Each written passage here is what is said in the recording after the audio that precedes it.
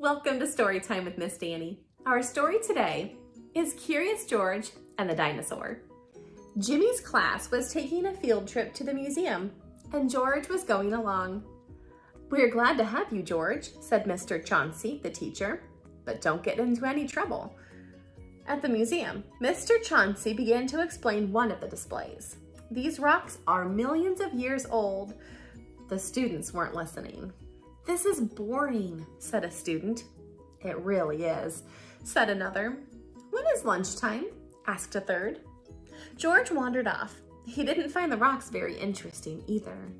But in the next room, George saw something very interesting. It was a huge skeleton. What a long tail!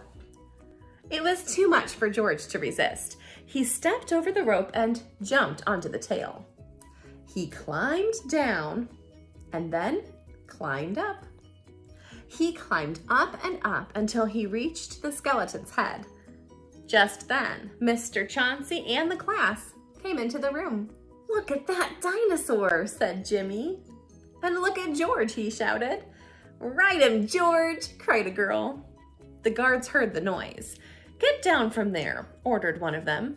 "I'm going to get the director," said the other. George was scared. "Is that how they rode dinosaurs in the old days?"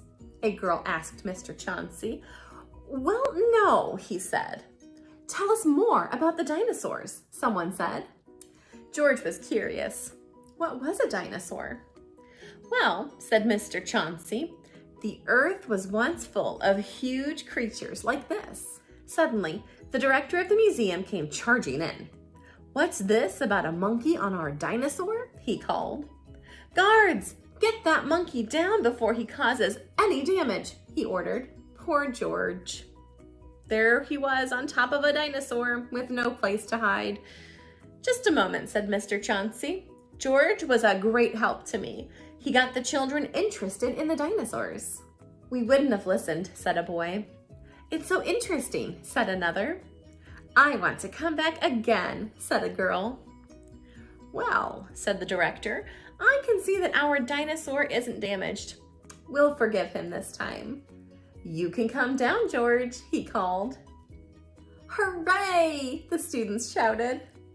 Mr. Chauncey said, "I have to thank you for making the visit an interesting one, George, but next time, promise not to ride the dinosaur." When the bus stopped in front of George's house, the man in the yellow hat was waiting. "I'm glad to see you, George," he said. "I hope you kept out of trouble today." And that's the end of our story. Thanks for watching.